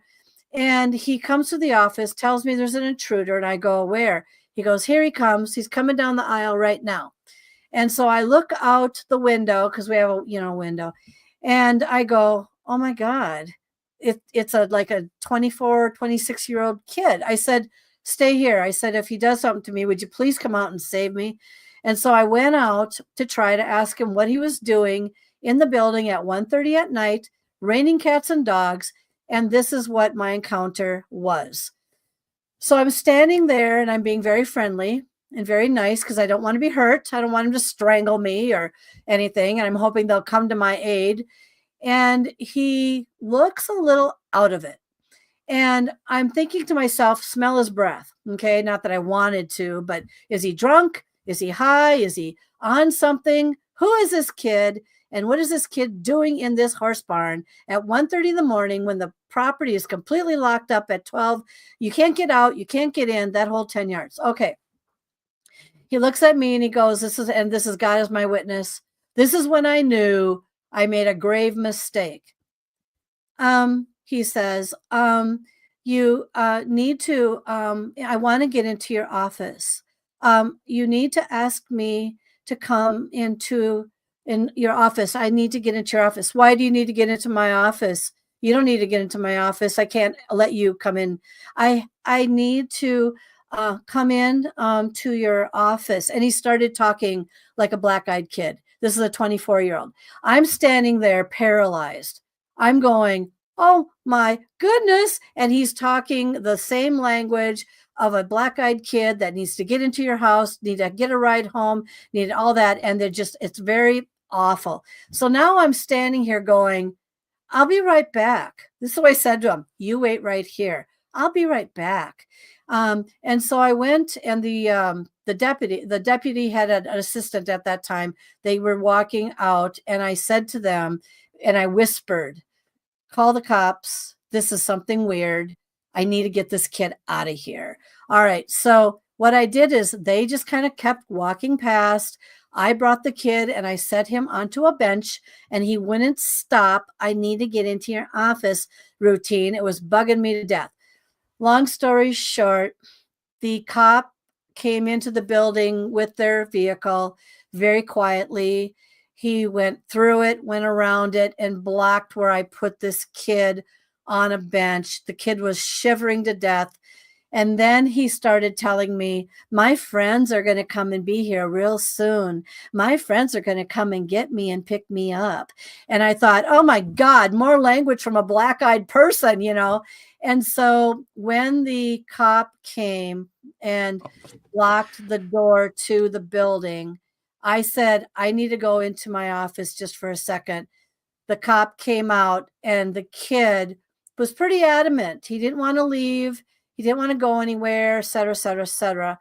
But he did manage to convince him to get into the cop car. And then the cop, I don't know whatever happened, he drove him off the property. Now, let me tell you something. When I was standing in my office, I said to the deputy, I said, I've seen that kid before. I don't know why, but I've seen that kid before. But he's bone dry. That means he's been in this building for hours. He hasn't been anywhere. He's been in this building. And I said, and what it was coming out of his mouth, it was just absolutely unheard of. I didn't go black-eyed kid on him because he would have thought I was nuts, but I knew what I was dealing with. So this kid, believe it or not, was actually part of the carnival that was next door. They're never allowed to come into any buildings off the carnival. There's only supposed to stay within the compounds of the carnival. I used to play and I used to win stuffed animals for sick kids at hospitals on the Midway. And I do remember now where I saw him. He was one of the vendor people in one of the, I used to play like the water balloon game that where I used to win a lot of stuff, a lot of animals, stuffed animals. I recognized him and I said, oh my God, he's from the carnival, but he wasn't sounding like himself. He was sounding like someone that was being taken on by something else that was coming through him and working through him. And did he have black eyes? No, he had very dark brown eyes, but it was his language that terrified me to death. So anyway, are there things in this world that can creep into a person's body? Yeah. Yeah. Have I seen him since? Yeah. I'm going to go back to the fair this year since I'm just going there to enjoy. And I'm going to see if he's still employed because it was really creepy. But a lot of stuff happened in that horse barn overnight. So anyway, that's the story. Hopefully that was all right. That was a good story. Yeah, when you were talking about him, the way he was acting, first blush, possession, yeah, that's intriguing. What is it about your office? What was how long has that barn been there? I don't know. I just asked him, why do you need to get in there? I just need to get into your office. You need to invite me into your office. It was those words. You need to invite me. Yeah. That's the cue. It's like, why do I have to invite anyone to do anything? All you have to do is walk through the door. But the thing is, if he would have walked through the door, I would have pushed him out of there really fast and locked the door. Okay. And we, there are people that do hang out on people's fairgrounds, and we have that happen over the midnight hours. So we have to do a sweep to make sure that they're off and they're not sleeping in places that they shouldn't be, because we are very, very popular. And I'm telling you, but this kid, I know now, he was from the carnival, but he was not the same carnival person that I've always dealt with when I was sitting at his game winning stuffed animals. It was like something took him over. I don't know. I'll find out this year if he's back, because I will be able to recognize him. So, yeah. I'll be curious to see how that turns out. That would be intriguing to see if he's still there or if he remembers anything.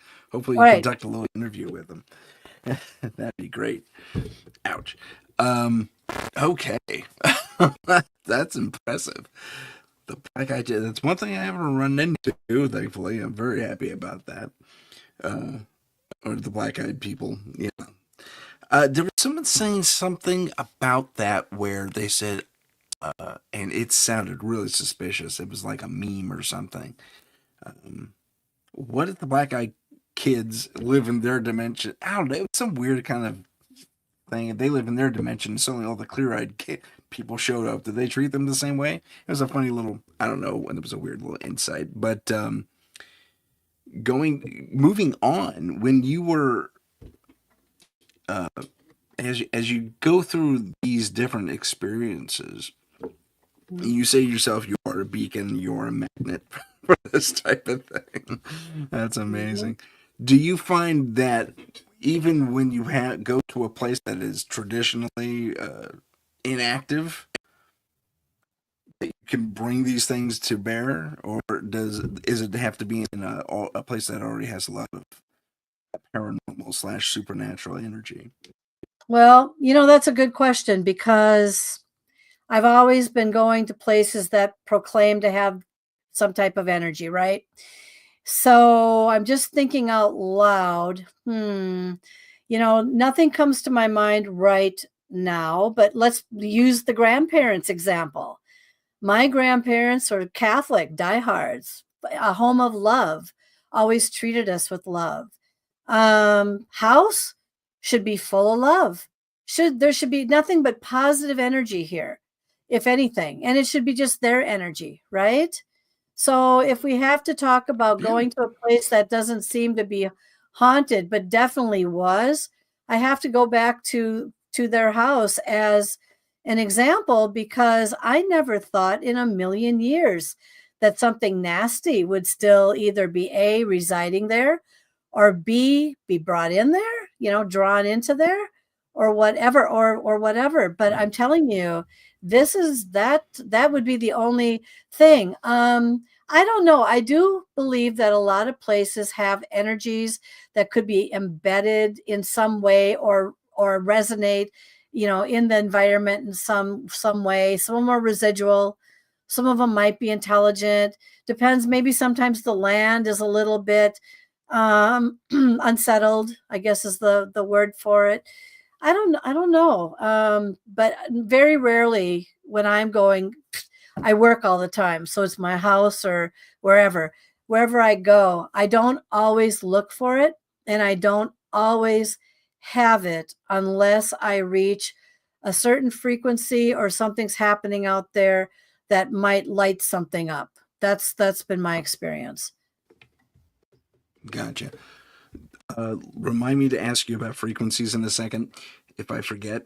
Going back to your grandparents' place, did they ever experience anything? Did you ever experience anything while you were there besides that creepy feeling you had that one time?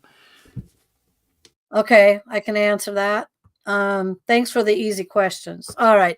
So I asked my grandmother a long time ago when me and my siblings, some of them, didn't want to go up that stairway, go up where the curtain was. It was too creepy to go upstairs. Oh, go upstairs. No, it's too creepy. I don't want to go upstairs. You come up there with me. No, go up there. There's nothing up there. Go on up there. So after I started feeling, after school and the being clairaudient and hearing the chattering in the kitchen and all that, I did ask my grandmother, do you think that this place is haunted? And I didn't tell her about what happened or anything like that. She goes, and no, nope, there's no such thing. Nope, this place is not haunted. Okay, now let me tell you another story. Okay, so did anything ever happen while they were there? Not that I noticed, unless our focus was on them and that made it calmer in the environment. But let's talk about pickings day. All right, so grandmother has passed. Grandfather, I believe, was in a nursing home. He lived to 103, by the way, but I always asked about his house. I always wanted to know how his house was, especially when we had storms. So we were there on picking day, and a couple things did happen. First of all, my one sister, who was creeped out by going upstairs where you had to pull the curtain back, she refused to go upstairs because she needed someone to go up there with her. My mother was saying, there's nothing up there. Just go up there. Okay, that typical thing. So there was a point where she came downstairs after a bit, and she went into my grandparents' bedroom, and there was a music box that was sitting on the bed in the bedroom. And she said, I didn't touch a thing. I didn't touch the bed or whatever. The music box just started to go off and play. And you know what people are thinking? Well, maybe it was coincidence that after a long time of just being inactive, that something wore out and it sprung something and it played. No, because I can tell you a more interesting thing that happened after the music box playing.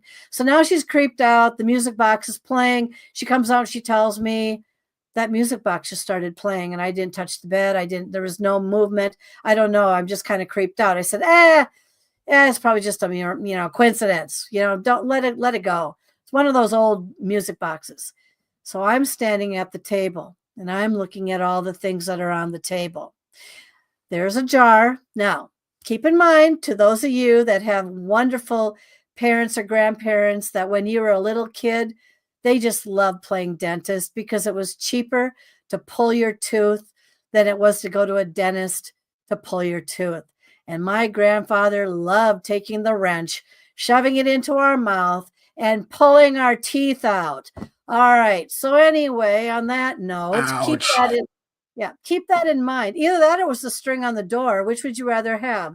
The door slamming with the string on it attached, or would you rather have the wrench that goes into your mouth where you can't get the thing into it begin with? And he's like, just stand still. I'll have it out in a minute. And he can't seem to grab it. Okay. So anyway, so I'm standing at the table, but guess what? As soon as they pull the teeth, I didn't know my grandmother was collecting them in a jar. So I'm looking at things on the table and I run across this jar and it has all kinds of baby teeth in it. And that would have been, I have 6 other siblings, by the way. So as someone got the wrench, treatment at some point, or the door with the string, depends, right? And so I'm just looking at the jar. I'm not touching anything. There's no vibration. There's no movement of the tables. I'm just standing there. My eye catches the jar. And I said out loud, who on earth would want to have this jar of baby teeth? Oh, God, how gross. And as I said that, remember I was telling you about the fruit and stuff that jumps off of the counter in the grocery store sometimes? Yeah. The baby jar, and this is God as my witness, jumped woof off and right at me. Like, here, you can have it, kind of like thing. Here, you take it. Here, you should keep this. That was kind of the message. And I stood back because the jar just came jumping right at me. And I said to myself, I don't want this thing. And I just walked out of the room. I said, this is getting kind of creepy in here. I think I'm just going to walk out of the room right now. So this was in the same house. But the question is, was it the angry woman that died in the fire? Was it something else that took over the house as a territory? Was it my grandmother offended by the fact that I mocked the fact that the jar was full of baby teeth? Who started the music box when nothing else was touched in there? Why were things going on all of a sudden? Or was I causing these things to go on? Because remember, I'm psychokinetic. So I have an ability to move items when I hit a certain frequency within myself, and then all of a sudden things start to happen. I cannot tell you 100% when I cause it, if it's something that wants my attention causing it, or just something very natural happening. So there you go. Yeah, kind of another experience inside the house. Yeah. That's incredible. The music. Now, my first question is, why was there a music box on the bed? Yeah, me too. Who put it there? Was someone interested in it and wanted it, so put it on the bed? How did it get there? Why didn't anyone notice it sitting Yeah. there before? I never asked. I don't think my sister ever said that she put it or saw it and put it on the bed like she wanted to have that or whatever. I don't know, but somehow somebody put that there either as one of their Okay. pickings or whatever. So I don't know. Okay. So, my second question is, when you, okay, yeah, I don't think it was you being psychokinetic with the relationship to the jar of teeth. Jumping. I don't get that. Mhm. Yeah, I don't think that was you, because you were in a repulsion mode. If anything, you would have slid the other way, right? You'd think. I don't know. But, yeah, I don't know. It could have been the former resident. Well, I'm going to add one Could more have on been the here. former resident. Let me add one more. Okay. Let me add another story to this. We're in Wyoming, hotel room. We're up there touring around. This is me and my husband. Brought my backpack into into our hotel room, and there was a bench, and I sat my my backpack, which had it was very heavy. So I sat it down on the bench, and we had double bed. So he crawls into his, I crawl into mine, and he's reading a book, and I'm just sitting there looking at my phone. And I would say it was about 20 minutes in, since we both crawled into our beds, that What time of the night? the backpack catapulted off of the bench, just like the jar of baby teeth, catapulted, whoop, boom, onto the floor. No, it didn't fall over, people. It didn't do anything like that. It catapulted. It lifted up and went whoop like that. Yeah, did I do that? Did something follow me in there?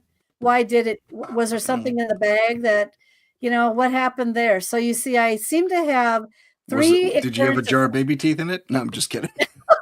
No, and I didn't have fruit in a store either. Think about this. Fruit in a store. Whoop. Yeah, that's jar crazy. baby. Whoop. What and time of night? What time of night was this? Oh, we just got there. We ate, I would say 10:30 at night. So so for the catapulting backpack, I'd say around 10:30 at night. For the baby jar incident, that was obviously during the day, probably early afternoon. Yeah. The fruit in the store happened about, I would say it was also around mid-afternoon. So different times for all these things happening. Okay. Interesting. Well, like you say, you are a magnet, a beacon. I mean, they could just be following you and saying, "Hey, we're here." That's been known to happen in the past as well. Well, I'm going to add to this story to intrigue you even more. All right. So here we go. So same trip, Wyoming. This one with the catapulting backpack. We stopped at a tourist trap.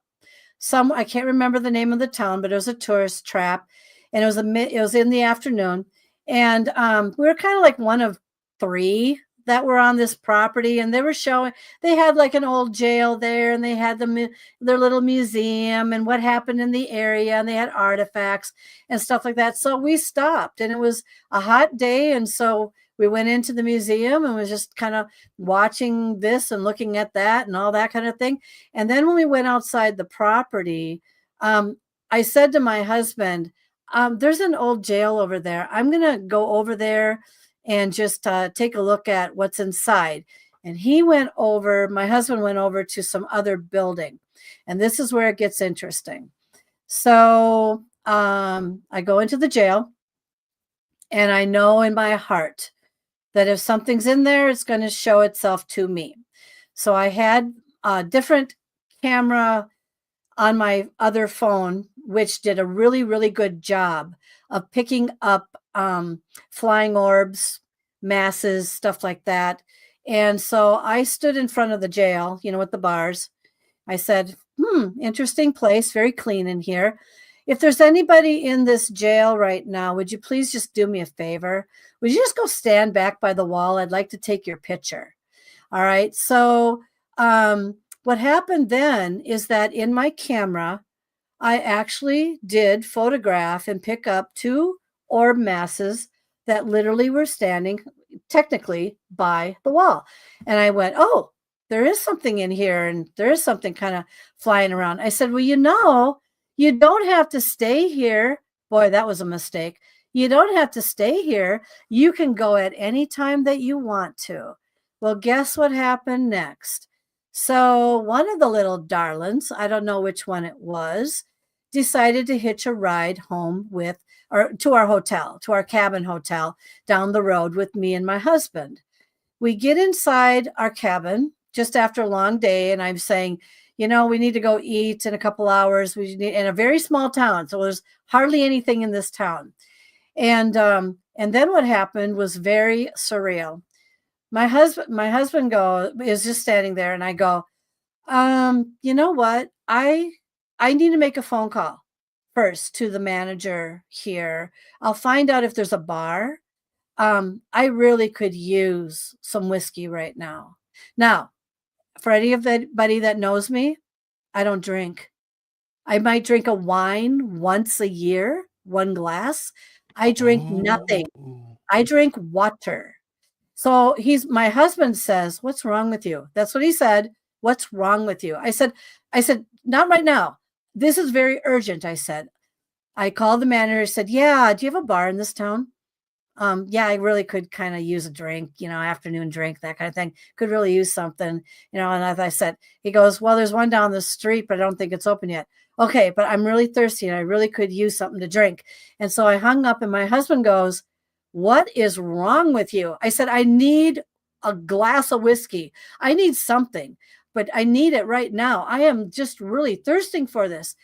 And so I am not only a beacon, but I've had attachments taken off of me like you cannot believe. I've had situations that would scare the living out of you. I seem to have things slip on and slip into me periodically. I can channel things in situations, that won't happen normally. And so I have no thirst for whiskey. I don't drink whiskey. I don't drink anything.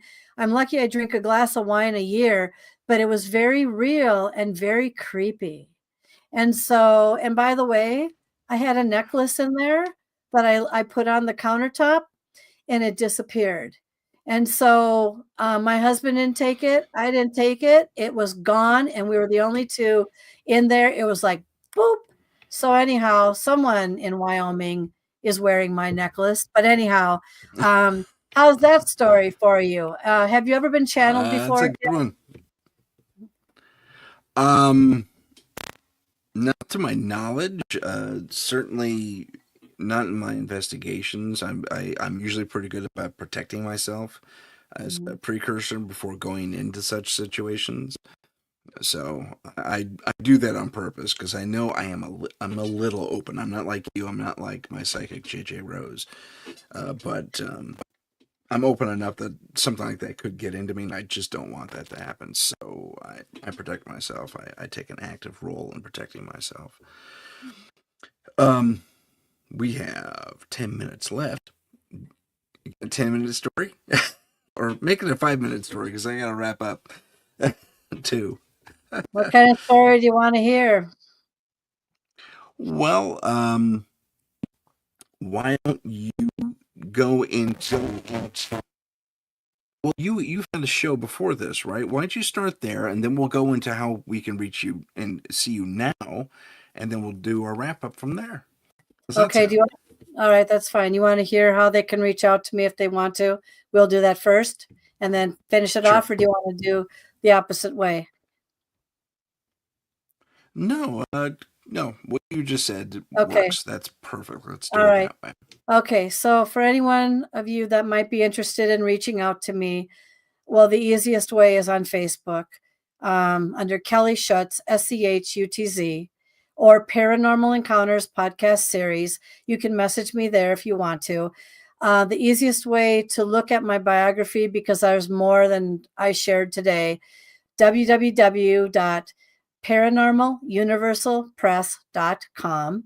And there you will see all kinds of things. And then you can also, you'll see all the shows that I'm doing now and the one coming up on UPRN very shortly here, Paranormal Latte podcast on September 3rd at 4:00 Eastern time in the afternoon. And so those are the best ways of actually getting a hold of me or looking at, and of course, Amazon. I am doing another book, which should be out within the month. It's called Phenomena. Has all the phenomena as you can kind of think of in there. And we as in me, I, and others who have contributed, we talk a little bit about our theories and thoughts about some of this stuff. And so that's if you're interested in reading something more. So all right. So a final bedtime story. Okay. I'm just trying to think. I've got some really good ones, but they may last more than that. I'm going, okay. Well, actually, let me tell you a little bit about what it's like to feel channeled. Maybe it just might be like that. So here's a story for you. I got one. Okay, here we go. So when I was building this new house that I'm in right now, I was storing our stuff in a storage unit. And so anyone who stores stuff in a storage unit knows there's a lot of old stuff in there. There's a lot of creepy stuff in there. There's a lot of your current stuff ready to go into your new house or your house in there. All right. So one day I was in the storage unit and looking at first getting something from mine. And I heard something in there. So I just went to the manager and I said, "Oh, how interesting. I heard something. No one was in there." I said, "By the way, do you have someone hanging out in there or something? Or do you have a ghost in here?" She goes, "Oh, ghostly activity. Don't even get me started." That's what intrigued me. The long story short on that, her assistant manager one day went around with me and we went into the storage lockers, units, buildings. She brought me to this one storage locker and she says, "I don't know what it is about this storage locker, but it seems to attract bad people, murderers, assault people, people that were beaten up in their life, all kinds of really bad things, one after the other, these people that, etc." As I'm standing there, something began to channel me from that locker. And she had her app on at the time that was reading off things like smoking, always being blamed, this, that, whatever, and whatever. Okay, so I put the story together and I said, "I am sorry this all happened to you. I'm sorry, blah, blah, blah." And then all of a sudden I went into like a trance. And the girl says to me, she goes, "Are you okay?" I said, "No, I don't think so. I don't feel very well. And I feel very weird right now, like something has just come in to me." And she goes, "I'm getting you out of here." And so anyway, she was bringing me out of there. And I was trying to recover myself because it was like this kid or this guy or whatever was trying to come through me and tell me his story, that kind of thing, and I wasn't protected enough and I wasn't expecting it. And I could go on for days, Tim, but yeah, always protect yourself. Try to, and try not to be an open book Always. like me. Yeah. Right.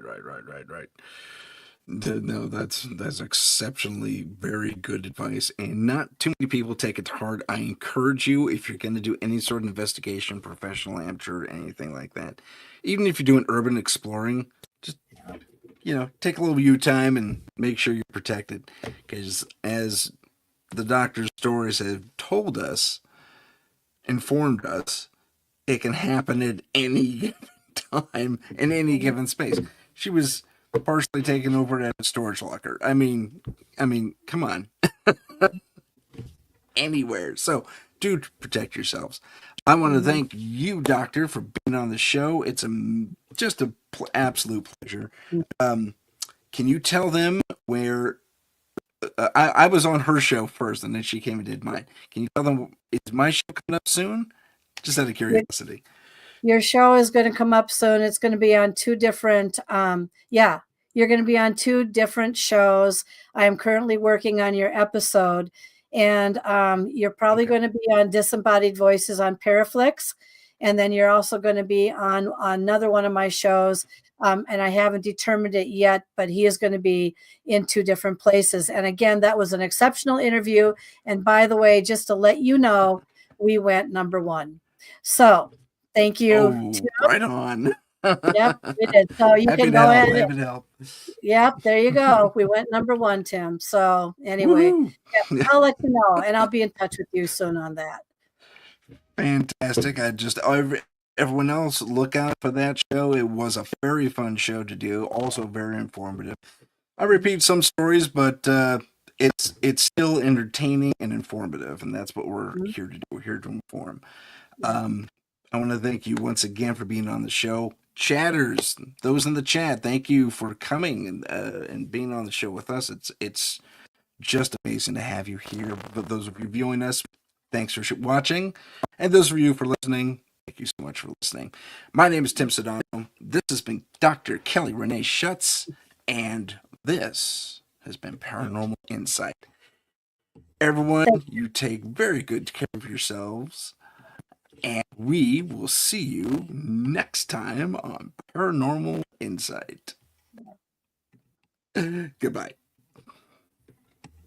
The button won't.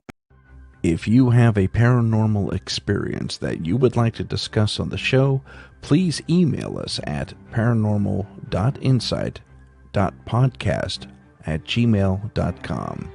That's paranormal renee.insight.podcast@gmail.com.